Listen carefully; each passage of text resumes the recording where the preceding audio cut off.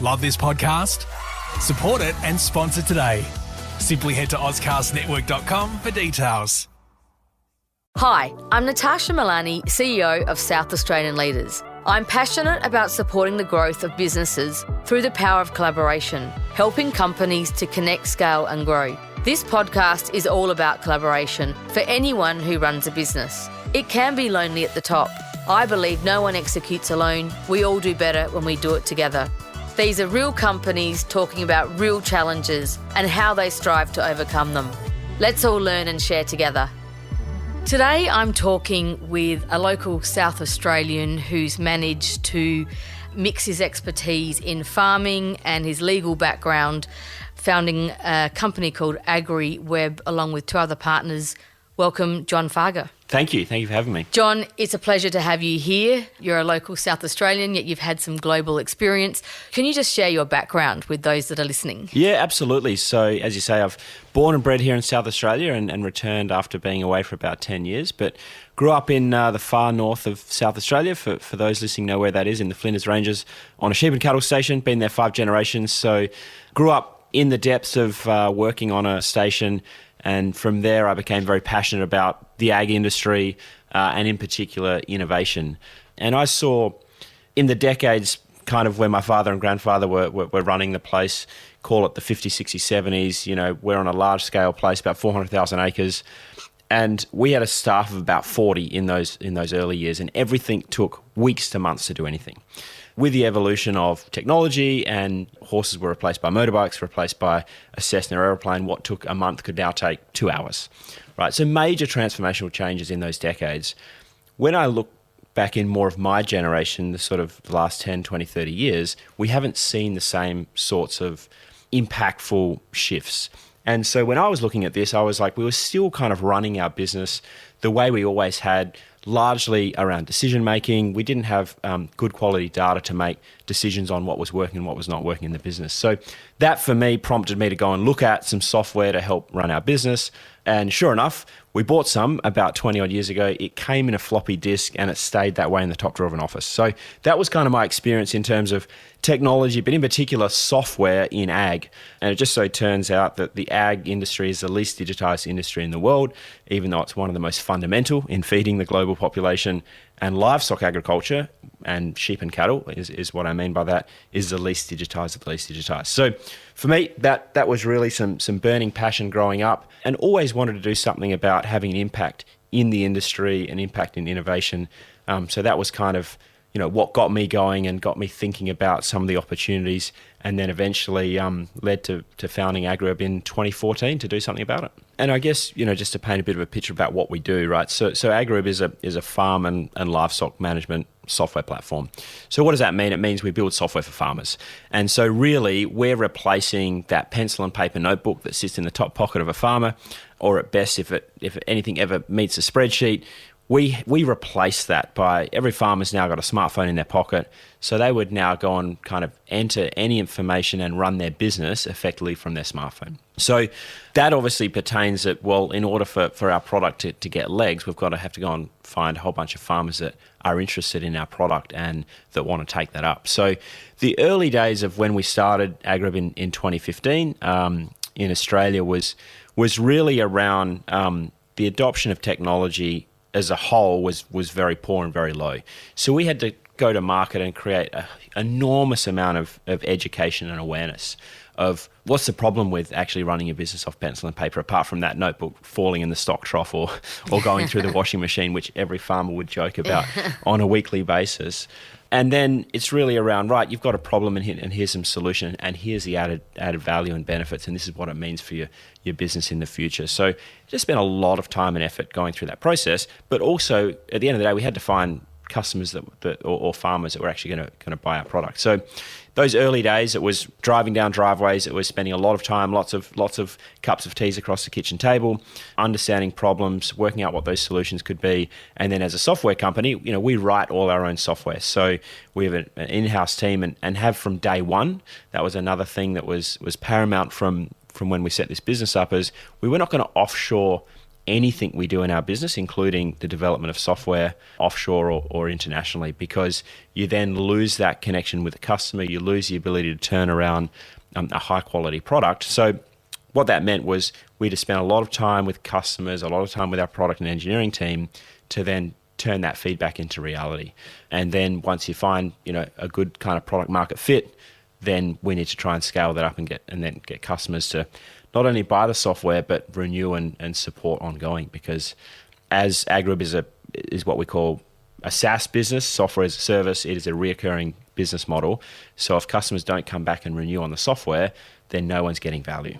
The end user's not getting value and the company's not getting any value because it's all based off a recurring business model. A unique industry and a growing business model. So let's just go back a bit. There's Justin and Kevin, who are your business partners. This podcast, we focus on a thread of collaboration throughout the story. So just tell me how the three of you came together and with what experience, background. Yeah, absolutely. We all came kind of with a bit of a unique skill set, in this. And we mentioned that I kind of grew up on the farm and actually went on to be a lawyer. Not that I probably wanted to be a lawyer, but it kind of gave a good background. And the other two business partners, one, Kevin, is an American guy, never been on a farm, no ag background, but was in commercializing technology and really wanted to have an impact in real industries. And then Justin, third co-founder, has a finance background, has built and sold a number of other kind of companies in the finance space, but also has a family farm. He has a very similar story to I in growing up, where he kind of came back to the kitchen table. He had a manager and a bunch of advisors sitting around a table saying about how much money, he had to invest in fertilizer inputs and all these types of things. And with his financial background, he was like, okay, great. Well, where's all the data? Like, what's my return on investment going to be if you're saying I need to do all these practices? And there was a blank look around the kitchen table. It's like, oh no, well, this is just the way we've always done things. So for him, kind of from a finance and a maths background, he's like, well, surely there's got to be a better way. He also went on a journey to look for software, and of course, he didn't find anything that was going to suit his needs. So that was when he sort of had a light bulb moment of, well, maybe there's an opportunity here. All of us having kind of an entrepreneurial background in our own right. And Justin and Kevin sort of knew each other from this kind of college days. They got together, and I was actually in London at the time, and I was having a beer, as you do, talking about solving all the problems of the world with another Adelaide guy, as it turns out, and he had just finished studying with Justin and Kevin, and he said, "Oh, gee, I reckon you're talking about all these ag tech opportunities. I reckon you should get in touch with the other two guys that have just moved back to Australia to look at this." So sure enough, we got on a Skype chat. This was 2014, and we got on like a house on fire. We decided we were going to solve all the problems in the world, and I ended up resigning from my job in London, along with my now wife, convinced her to come back to Australia. And at this point in time, we hadn't actually met my other two co-founders. So we kind of took a huge leap of faith. This was pre-COVID, where not much business was done on Skype. Zoom didn't exist. So everyone was, saying, "What, you're completely mad. Why are you guys quitting your jobs for something that could be a complete unknown?"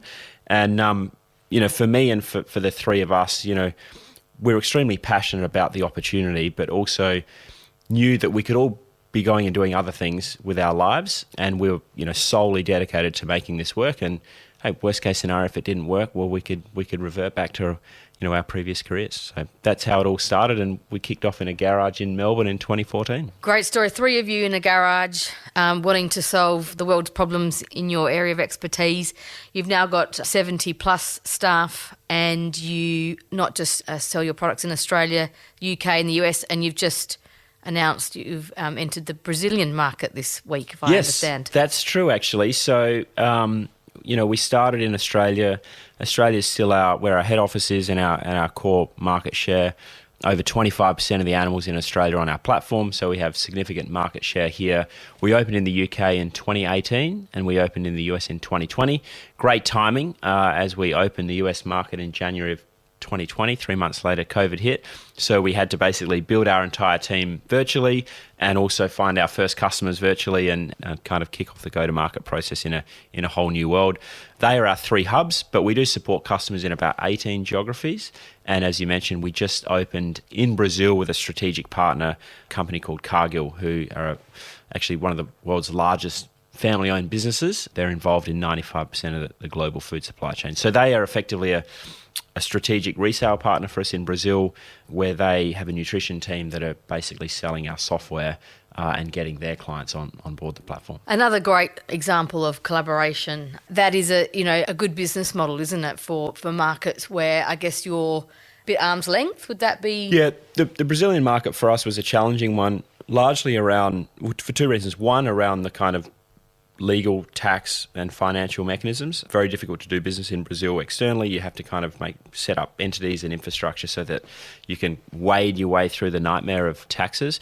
The other one really is, just the barriers of a market that exists. You really need on-the-ground trusted relationships that already have offerings and relationships on the ground, rather than coming in from abroad and trying to make a success of it. So that's really where you've got to look at, on a market-by-market basis or a segment-by-segment basis, what the best route to market is. And I guess in that mode, we sort of have three segments of our business. The bottom is what we call our, the typical SMB market, small to medium businesses. That's our family farmer, our family rancher. That's kind of a direct model. So we have a pretty well-oiled kind of marketing and inbound sales machine where, we put out a whole bunch of marketing. We then kind of run them through a free trial and then convert them into a paid customer through an inbound sales team. We then have our kind of mid-market segment. So this is effectively the larger corporate farming groups. They have a head office, they have other needs, other products and services. This would be more of an outbound model, longer sales cycles and those types of things. And then we have what's called our enterprise segment. And we define that as their core business is not farming, but they rely on farms or animals to run their business. So think of rural finance, think of meat processing, think of animal health and nutrition, any product or service that sits in and around the farm. And where we can add significant value is through data sharing. And so ultimately the end of all of this is, sure, we're a software company, but at the end of the day, we're a data company. And, we're really clear with our customers that the farmers own their data, but we can look to leverage that and add value to not only the farmer, but the ecosystem that sits around that. So that's kind of the way we structure our business and then think about, how we can kind of productize that in and around it. I'm really passionate about talking about, you mentioned then you're not a software company, you're a data company. And I think that shift in thinking is applicable to so many businesses and so many different sectors. Can you just talk through where that transition came from, how you think about that in your business? What does that mean for decision making in your business? And have you always considered yourself to be a data company? Yeah, I mean, I say that loosely. At the end of the day, we still are a software company. We write software and deploy that to our customers. But from day one, we always had a focus on what the value of data could be to the industry. And so we did that even from the very first day of how we thought about pricing and packaging our software and our products, right? So it was really around, if we could lower the barrier to entry and have a very low price point, we would really look at a strategy of getting as many farms and as many animals under management on our platform as possible, and as much data that could sit behind that so that we could then add value back to our farmers through aggregated or benchmarked insights, and then to the broader ecosystem. So it's been in our thought process and our strategy from day one. And, we actually kind of, one of our key KPIs and metrics that we measure is animals under management, right? So we're always tracking, how the growth of that is in terms of, growing the platform, because behind that is an incredibly valuable data set for our client base. And just touching on the partnership you have with your distributor in Brazil, can you just share a little insight into some of the learning around finding, negotiating? What are some of the success elements that you were looking for when you looked for a partner? Yeah, it's a great point, because a lot of the time you might not necessarily be looking for partners or looking for opportunities.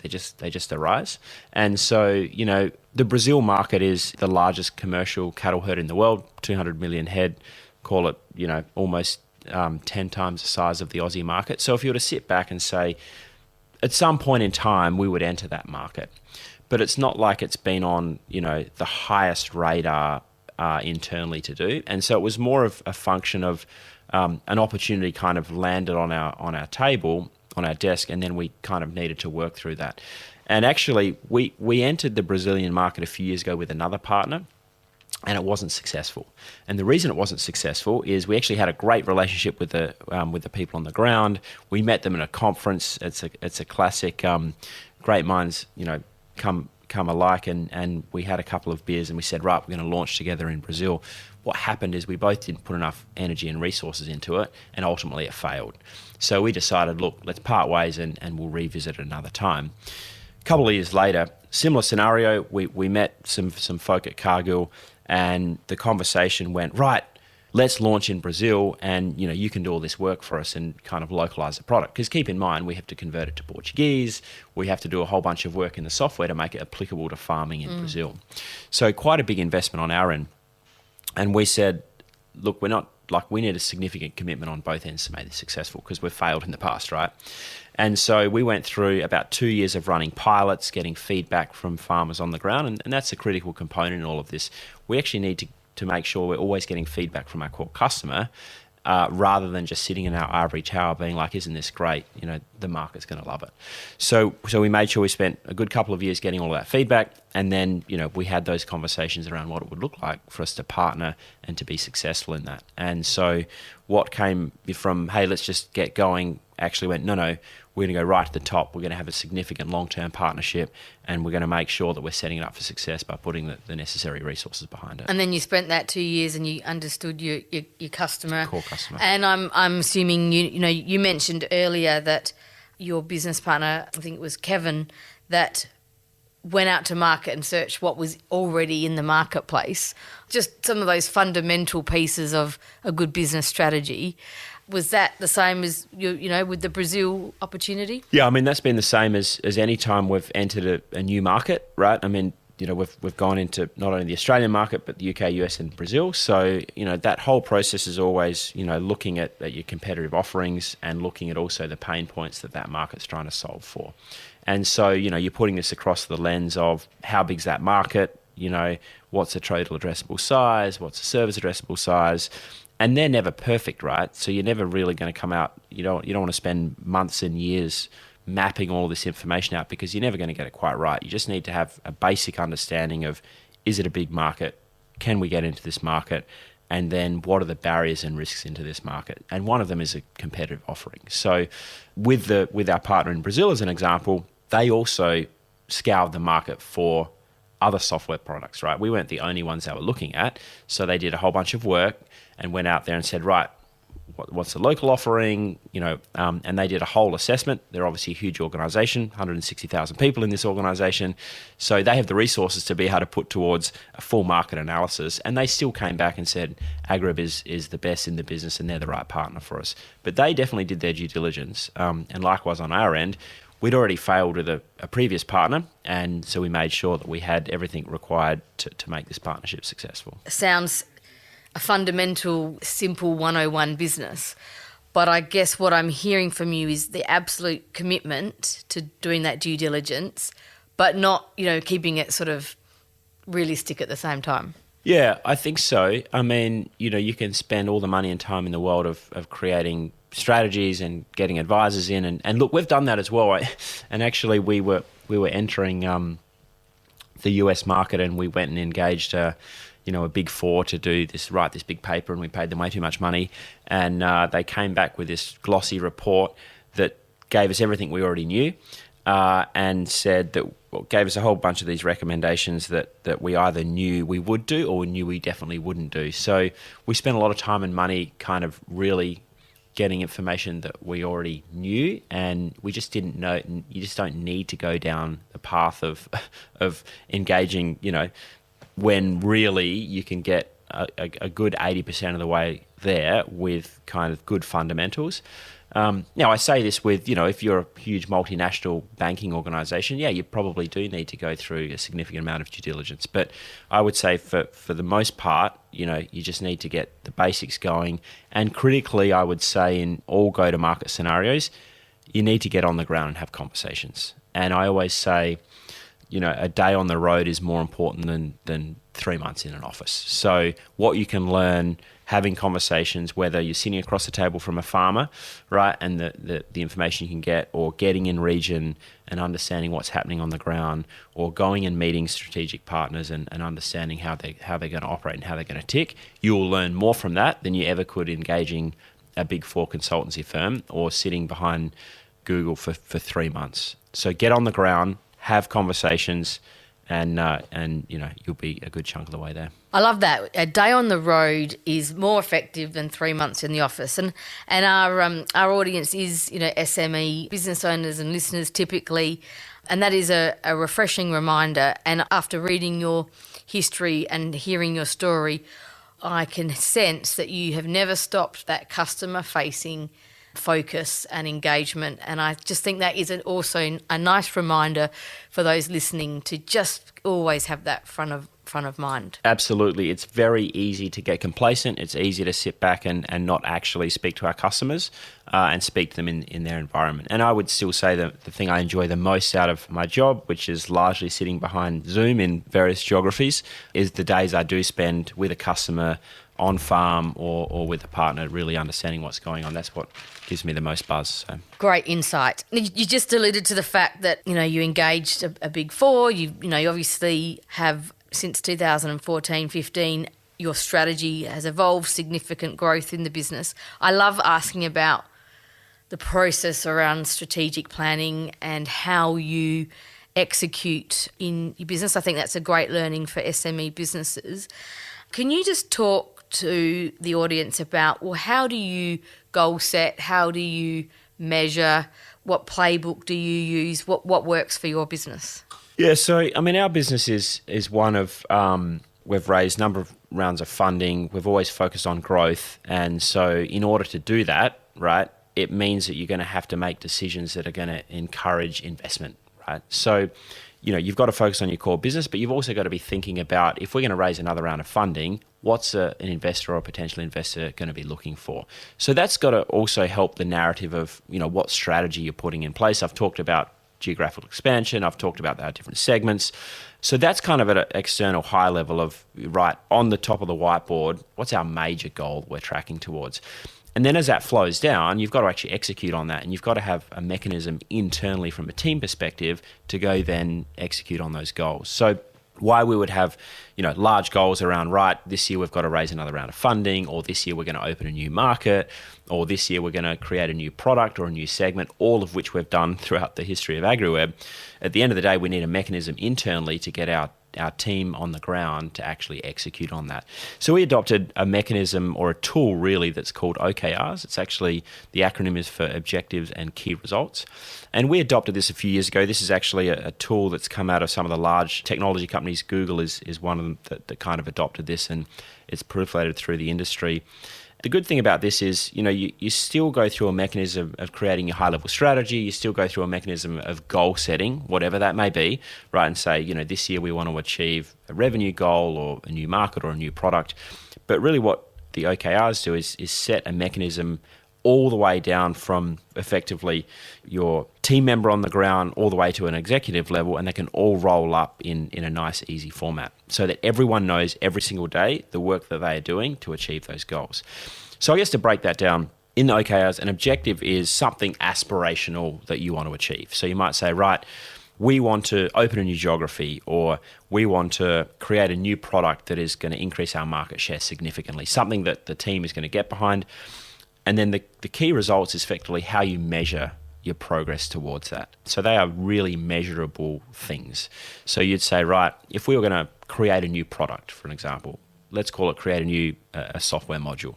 The key results behind that would be, how many subscribers are we going to get, right? We want to have 100 new subscribers as a key result, and then you can measure that in that time period. So you might say, we're going to do OKRs every quarter, right? In Q1, we're going to have launched this product and we're going to have 100 new subscribers. And then you can set as many key results as you want.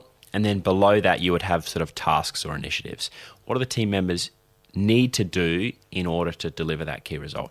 And these are the things that can change. So you might say, right, at the start of the quarter, we're going to need to make 500 phone calls and we think that they're going to convert into 100 sales, right? It may work out that actually the phone calls aren't working at all, and you've got to flip your initiative because the key result's not changing, but the activities do change to get there. So this can then scale the whole way down to whether you're a salesperson or you're an engineer or whether you're a support person, and those initiatives and those key results can then ultimately lead up all the way to the top goal, which means that the whole organisation is singing from the same hymn sheet. They all know exactly what they need to do. They're measuring their work stream, and each work stream kind of flows up to the top. And well explained. Can I just say that was very practical insight. The team engagement piece, or the execution and team engagement piece, is critical. You mentioned earlier conversations. In fact, you and I talked earlier about the Crucial Conversations as a book that those listening may like to read.